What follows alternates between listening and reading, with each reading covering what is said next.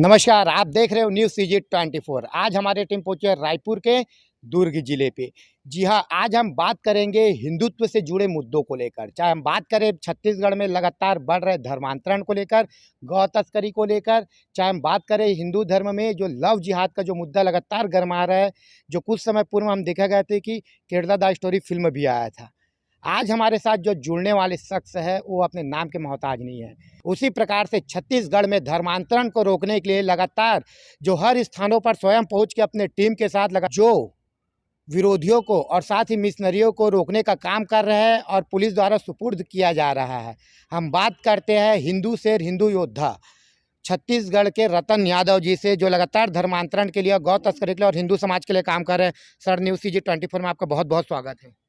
धन्यवाद। जय श्री राम। सर, देखा गया कि लगातार धर्मांतरण रोकने के लिए आपके टीम लगातार हिंदूवादी संगठन, अभी हम देखे गए थे कुछ समय पूर्व आपने लगभग 100 से ऊपर के संख्या में जो ईसाई धर्म में जो हिंदू धर्म के युवा है, जो हमारे बुजुर्ग है, वो लोग जो सम्मिलित हुए थे, लोग कि आप घर वापसी अभियान कराए थे बाइक रैली के माध्यम से, आपने पूरे समाज को भी संदेश दिया था। क्या कहेंगे इस मुद्दे को लेकर आप?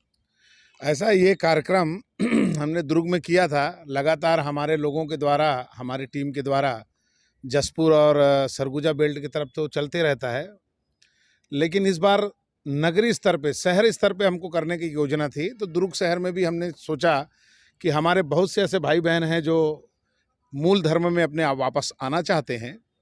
तो हमने दुर्ग में भी एक आयोजन किया आर्य समाज के प्रतिनिधियों के साथ मिल करके। और चूँकि ये विषय इतना, पहली बार दुर्ग शहर में इतने लोगों की वापसी हो रही थी, जो करीब करीब 150 लोग थे, और 150 लोगों की एक साथ वापसी मेरे ख्याल से दुर्ग का ये पहला कार्यक्रम था। तो हमारा उद्देश्य इतना है कि अपने मूल धर्मों को छोड़ करके जो भी हमारे भाई चले गए हैं, उनको हम हृदय से स्वागत करते हैं कि आप अपने मूल धर्म में वापस आइए, और अपने धर्म में जो है वो आपको कहीं नहीं मिलेगा। और मैं यही कहना चाहता हूँ सभी हिंदू समाज के मेरे भाइयों से कि कहीं पर भी अगर धर्मांतरण हो रहा हो तो उसे रोकना बहुत ज़रूरी है। प्रायः देखने में मिला है कि मुझे क्या लेना देना, उनका है ऐसा सोचते हैं, लेकिन ऐसा नहीं है। हम अपने धर्म की रक्षा करेंगे तभी धर्म हमारी रक्षा करेगा, ऐसा मैं मानता हूँ। सर, लगातार देखा गया है कि आप लोग जो धर्मांतरण को रोकने के लिए जो लगातार हिंदू संगठन और आपकी टीम लगातार यहाँ सक्रिय है, अलग अलग क्षेत्रों में धर्मांतरण का केस आया जाता है, लेकिन कई जगह ऐसा है जहाँ पर विवाद का सामना करना पड़ता है आप लोगों को। तो वह विवाद से आप लोग कैसे निपटारण करते हो और जो हिंदू धर्मांतरित होते हैं उसको कैसे वापस लाते हो आप? देखिए, क्या है कि जब धर्मांतरण का जब शिकायत मिलता है तो हमारी टीम जाती है वहाँ पर, कानूनी तरीके से वो पहले हैंडल करते हैं उसको। जा करके समझाने का प्रयास करते हैं कि आप इस प्रकार से बाहरी लोगों को बुला करके आप यहाँ पर प्रार्थना करने की आड़ में जो धर्मांतरण का कार्य कर रहे हैं उसको रोकना होगा। उस समय फिर वो आजकल एक नया नियम इन मिशनरियों ने निकाला है कि महिलाओं को आगे कर देते हैं, और महिलाओं को आगे करके ऐसा प्रोवोक करने का प्रयास करते हैं, ऐसा उकसाते हैं हमारे कार्यकर्ताओं को कि ये कुछ करें ताकि हमको कोई कार्रवाई करने का मौका मिले। लेकिन हम लोग भी अब इनको इन्हीं की भाषा में जवाब देना शुरू कर दिए हैं। जैसा इनको समझ में आता है वैसे ही हम इनको समझाते हैं। जैसा कि अभी वो जो घटना हुआ था, क्या अपना अमलेश्वर वाला, कार्यकर्ताओं ने फ़ोन किया कि दादा ऐसा ऐसा हो रहा है सब यहाँ पर। हमने कहा तत्काल पुलिस को सूचना करो और तुरंत जा कर के रोको। पुलिस आई मौके पर, समझाइश देने का प्रयास किया, लेकिन समझने को तैयार नहीं थे। स्थिति इतनी गंभीर हो गई, इतना प्रोवोक कर दिया कि कुछ हाथापाई भी हुई, उसमें फिर अपराध भी दर्ज हुआ। और उसके बाद आज मैं कह सकता हूं कि धर्मांतरण करने वालों के मन में एक खौफ आया है। धर्मांतरण मुक्त छत्तीसगढ़ और बजरंग दल के कार्यकर्ता और हिंदूवादी संगठन जो भी कार्य कर रहा है इस विषय पर, उन सब के नाम से मिशनरियों में खौफ तो आया है। ये मैं महसूस करता हूं आज की डेट में। सर, लगातार हम देखा गया है कि आपके द्वारा और प्रबल प्रताप सिंह जुदेव जी के द्वारा लगातार आपने पूरा छत्तीसगढ़ में धर्मांतरण से मुक्त करवाने के लिए एक अभियान छेड़ा है। आपने अलग अलग जिले पहुँचे, वहाँ धर्मांतरण के लिए आपने सभा का आयोजन किया, लगातार आदिवासियों के बीच पहुँचे, आदिवासियों को धर्मांतरण को रोकने के लिए बहुत सारे उपाय किए। तो आपको क्या देखने के लिए मिला छत्तीसगढ़ प्रवास में, जिस प्रकार से आप रोकने के लिए लगातार आप और आपकी टीम पहुँचे, उसमें कुछ बताइए। ऐसा छत्तीसगढ़ में मुझे बहुत अच्छा रिस्पांस मिलता है, और छत्तीसगढ़ का ऐसा कोई भी जिला नहीं होगा जहाँ पर मैं नहीं जाता हूँ। लगभग मैं सभी स्थानों तक जाता हूँ, और वहाँ पर हमारे कार्यकर्ता बहुत अच्छे से काम कर रहे हैं। जैसे बस्तर में एक अभी सनातन क्षेत्रीय मंच है सक्षम, जो बहुत बेहतरीन काम कर रहा है हिंदुत्व के विषय पर। लगातार धर्मांतरण रोकने के लिए उन लोगों ने एक अभियान चलाया हुआ है, धर्मांतरण मुक्त छत्तीसगढ़ और हिंदू समस्त एक मंच पर। कहने का मतलब है कि जितने हिंदू जो फैले हुए हैं वो एक मंच पर आएं और अपनी बात को बहुत ही कट्टरता के साथ और कड़ाई के साथ सरकार तक पहुंचाने का प्रयास करें, बताने का प्रयास करें कि हमारे धर्म के साथ जो खिलवाड़ हो रहा है उसे रोका जाए, अन्यथा स्थिति भयावह हो सकती है। जैसा कि पूर्व में भी आपने देखा कि ये मिशनरी जानबूझ के ये माहौल ख़राब करने का प्रयास करते हैं और उल्टा हमारे कुछ कार्यकर्ताओं के ऊपर ये लांछन लगाते हैं और दुनिया भर की बात, मतलब मैं कह सकता हूँ कि आरोप लगाना इनका काम ही रह गया है। जैसे आजकल ये नया एक फंडा चालू कर दिए हैं, अपना एक मिशनरी लोगों का एक चैनल बन गया है। कई चैनल ऐसे बन गए हैं, जैसे जे आज तक, तो एक बाइबल टीवी, एक मसीही न्यूज़, ऐसा कई चैनल है जिसके माध्यम से ये मेरे और ज्योति शर्मा और मेरे समस्त टीम के बारे में, बेरोजगार हैं लोग, इनके पास कोई काम नहीं है, मतलब कुछ भी हमारे लोगों को ये प्रोवोक करने के लिए कुछ भी अनाप शनाप हमारे बारे में ये प्रचार करते रहते हैं। लेकिन फिर भी हम इससे डरने वाले नहीं हैं। हम अपने लक्ष्य को पाकर रहेंगे और हम धर्मांतरण मुक्त छत्तीसगढ़ का जो सपना देखे हैं इसको हम जरूर पूरा करेंगे अपने साथियों के साथ मिल करके। सर, बात करते हैं अब हम लव जिहाद का। अभी एक फिल्म भी आया था केरल द स्टोरी, जिसमें लव जिहाद को लेकर बनाया गया है। पिक्चर में बहुत सारे विवाद भी सामने आए और आपके टीम के द्वारा बहुत सारे हिंदू बहनों को और माताओं को यहाँ फिल्म दिखाने के लिए भी लेकर गए थे कुछ समय पूर्व में। तो क्या कहोगे केरल द स्टोरी फिल्म को लेकर, क्या हिंदू समाज का किस प्रकार से प्रतिक्रिया मिली है फिल्म को देखने के बाद? आपको मैं बता दूं कि जब ये फिल्म का जब नाम ही आया था उसी समय थोड़ा सा उसका प्रोमो देखने के बाद हम लोगों ने तय कर लिया था कि इस फिल्म को हम ज़्यादा से ज़्यादा अपनी बहनों तक के लेके जाएंगे। ख़ास तौर पे जो बच्चे बड़े अभी नए उम्र के जो बच्चे हैं उनके तक के हम इस फिल्म को लेकर जाएंगे। हमने पहले निर्णय किया था। हमारे भिलाई दुर्ग जिले के जो विभाग संयोजक हैं हमारे रवि निगम जी, उन्होंने एक बेहतरीन प्रयास किया और लगभग 1200 लोगों को एक साथ, 800-600 लोगों की कैपेसिटी है, 600-700 लोगों की, उसमें 1200 लोगों को उन्होंने टिकट दे करके मूवी को दिखाया। ये जब शुरुआत उन्होंने किया तो देखने में मिला कि उसके बाद पूरे छत्तीसगढ़ नहीं और भी जगहों पर इस मूवी को लोगों ने ऐसा दिखाना प्रारंभ किया, क्योंकि उस मूवी के अंदर में एक बहुत अच्छी और सच्ची घटना पर बनी हुई फिल्म है कि कभी भी अपने धर्म को छोड़कर आप पहले दूसरे धर्म के में जाना ही नहीं है। कहीं ना कहीं हम अपने बच्चों को वो शिक्षा नहीं दे पा रहे हैं, अपने धर्म की जानकारी नहीं दे पा रहे हैं, जिसके कारण बच्चे भटक जा रहे हैं। उस फिल्म में जब लड़की का एक डायलॉग है कि पिताजी आपने अगर मुझे धर्म की जानकारी देते तो शायद ये स्थिति नहीं बनती। आज मैं महसूस करता हूँ कि हर माता पिता अपने बच्चों को अपने धर्म और संस्कृति के बारे में बताएं, क्योंकि जब तक धर्म का ज्ञान नहीं होगा, अपने संस्कृति का ज्ञान नहीं होगा, ये नौजवान भटकते रहेंगे। इसलिए मेरा निवेदन है, हमारी बहनों से करबद्ध निवेदन करता हूँ कि प्यार के झूठे फसावे और छलावे में ना आए। अपने धर्म में बहुत ऐसे हैं, अच्छे हमारे नियम कायदे हैं, उसके तहत आप लोग रहें।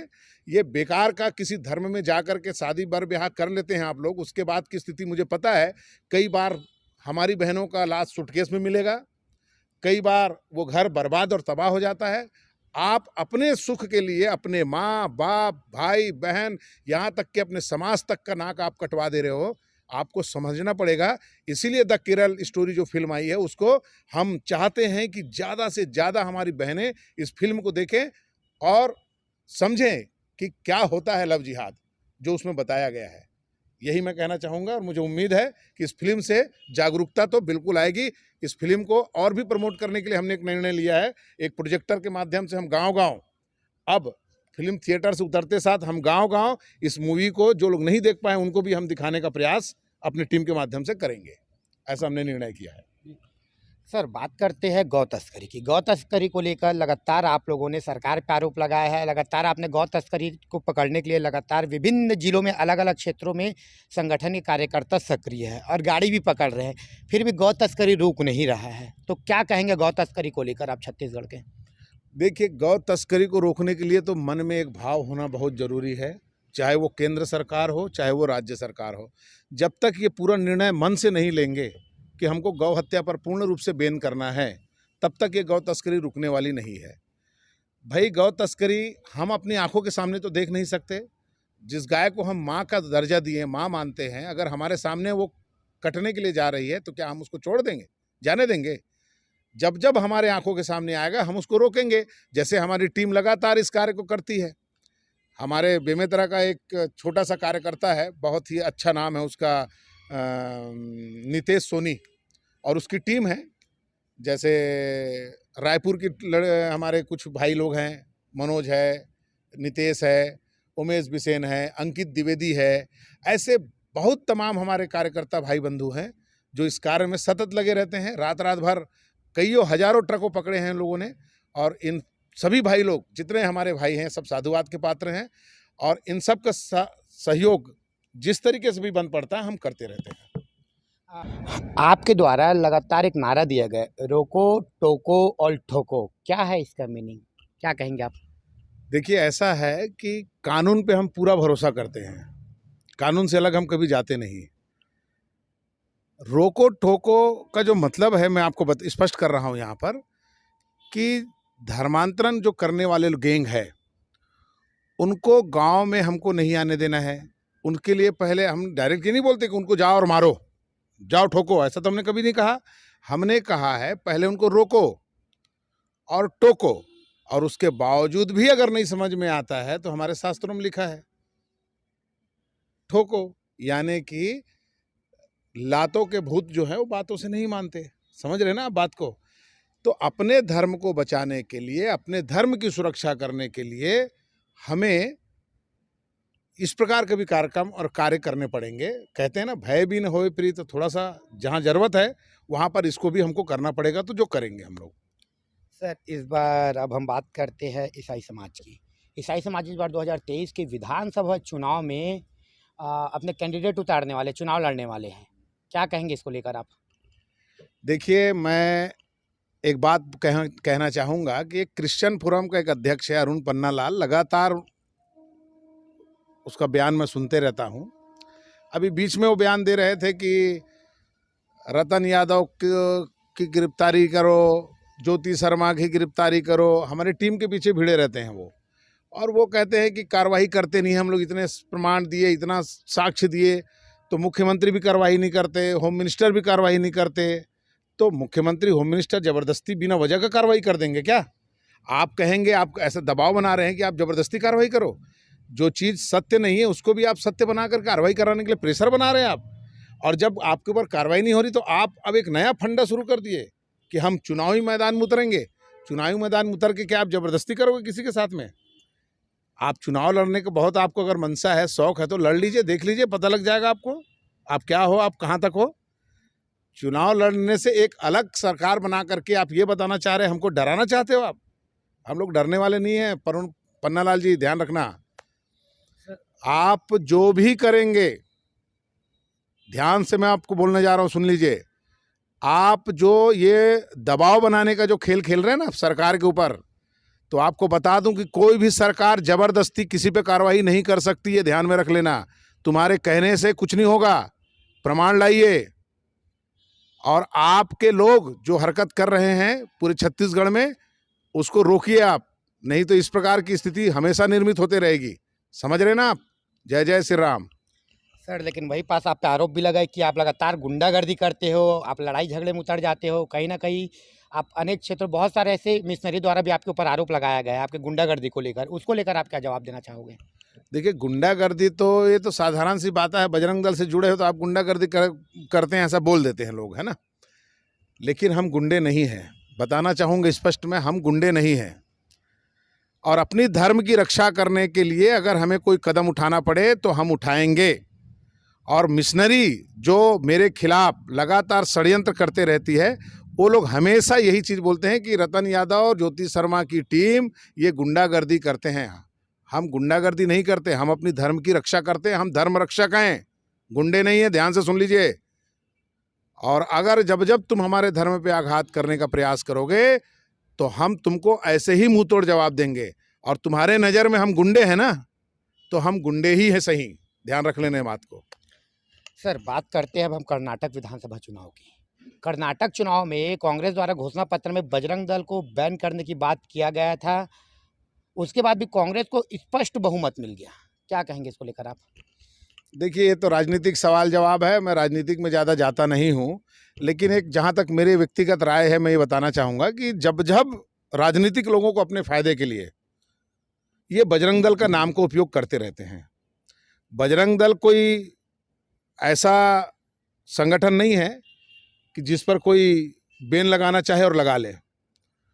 आप सरकार कर्नाटक में आपकी आ गई है ना, आप लगा के देख लीजिए, पता लग जाएगा आपको बजरंग दल को बैन। मैं स्पष्ट इस मंच से बोलना चाहूँगा कि बजरंग दल एक शुद्ध रूप से हिंदू युवाओं का सशक्त संगठन है और ये सेवा, सुरक्षा, संस्कार के तहत अपने कार्यों को करता है। और हमेशा से बजरंग दल का कार्यकर्ता गुंडागर्दी कभी नहीं किया, लेकिन साधारण रूप से जो हमारे विपक्षी लोग हैं, विरोधी लोग हैं, वो बोलते रहते हैं कि ये गुंडागर्दी करते हैं। हम अपने धर्म के साथ खिलवाड़ करने वाले लोगों को सबक सिखाते हैं, इसलिए हमको ये लोग गुंडा बोल देते हैं, लेकिन गुंडे हम नहीं हैं। हम शुद्ध रूप से बजरंग दल के कार्यकर्ता अपने धर्म, अपने देश, अपने समाज के लिए काम करते हैं। यही मैं आप सबको बताना चाहता हूँ, यही मेरी बात है। सर, वहीं पर कर्नाटक में कांग्रेस द्वारा जो घोषणा पत्र रिलीज किया गया था, उसमें एक और बात लिखा गया कि बजरंग दल का तुलना पीएफआई जैसे आतंकी संगठन के साथ भी किया गया है। क्या कहेंगे आप? ये तो महान मूर्खता वाली बात है। एक देशभक्त संगठन के लिए आप इस प्रकार से शब्द का प्रयोग कर रहे हैं। पीएफआई क्या है आपको पता नहीं है? क्या करता है वो? आप बजरंग दल की तुलना कैसे कर सकते हैं? तो मैंने कहा आपको ना कि राजनीतिक फायदे के लिए कुछ लोग बजरंग दल का नाम को उपयोग करते हैं। उससे कोई फर्क बजरंग दल को पड़ने वाला नहीं है। देश जानता है कि बजरंग दल क्या करता है। बजरंग दल शुद्ध रूप से अपने देश, अपने धर्म के लिए काम करता है। पीएफआई क्या करता है देश को पता है। इसलिए इस प्रकार का जिसने भी बात किया है वो महान मूर्ख इंसान है, उसको ध्यान देना चाहिए। बजरंग दल क्या करता है, पहले आओ फील्ड में आकर देखो क्या होता है, कैसा काम होता है, तब आपको मालूम चलेगा कि बजरंग दल क्या करता है। ऐसे बैठ करके बात करने से बजरंग दल को पीएफआई की तुलना करने वालों को मैं मानसिक दिवालिया घोषित करता हूँ। सर, वहीं पर छत्तीसगढ़ के मुख्यमंत्री भूपेश बघेल जी द्वारा एक बयान भी दिया गया था मीडिया में कि हम यहाँ के बजरंगियों को सुधार दिए हैं और बजरंग दल में बैन करने पे हम विचार कर सकते हैं करके। क्या कहेंगे आप? नहीं, देखिए, मुझे ऐसा लगता है कि बजरंग दल के बजरंगियों को सुधार दिए हैं। शायद बोलते बोलते उनको कुछ थोड़ा सा लड़खड़ा गया लग रहा है, कुछ बोलना और चाहते थे, बोल कुछ और डाले। ऐसा नहीं है, बजरंग दल के किसी कार्यकर्ता को कभी उन्होंने कुछ सिखाया नहीं है अभी तक के। दूसरा चीज़, बजरंग दल पे बैन तभी लगाएंगे ना जब कोई गतिविधि आप उल्टा सीधा पाएंगे। हमारी ऐसी कोई कार्य ही नहीं है कि जो हम कोई ऐसा कार्य करें जिससे आप बैन लगाओ, और ज़बरदस्ती तो आप बैन लगा नहीं सकते। बजरंग दल का कार्य है सेवा, सुरक्षा, संस्कार, वही हम करते हैं और वही करते रहेंगे। मुख्यमंत्री जी, आपसे मैं निवेदन करता हूं कि बजरंग दल के ऊपर आरोप लगाने से अच्छा है एक आध बार बजरंग दल के कैंप में आइए, बजरंग दल के साथ एक दिन काम करिए। कैसे हम काम करते हैं, अपना घर गृहस्थी छोड़ करके हम अपने देश धर्म के लिए काम कर रहे हैं, उस पर इस प्रकार का आरोप लगाना उचित नहीं लगता है। और एक और चीज़ बोलूँगा कि राजनीतिक फायदे के लिए समय समय पर बजरंग दल का नाम का उपयोग किया जाता है, वैसे मुझे लगता है कि मुख्यमंत्री जी ने भी ऐसे ही किया है। सर, आप हमारे न्यूज़ सीजी 24 के माध्यम से सभी हिंदू धर्म और जो हिंदू धर्म के माता बहनें हैं, उसको आप क्या संदेश देना चाहते हो धर्मांतरण को लेकर, लव जिहाद को लेकर और मिशनरियों को लेकर, जो लगातार अभी वो लोग सक्रिय अलग-अलग क्षेत्रों में, क्या संदेश दोगे आप?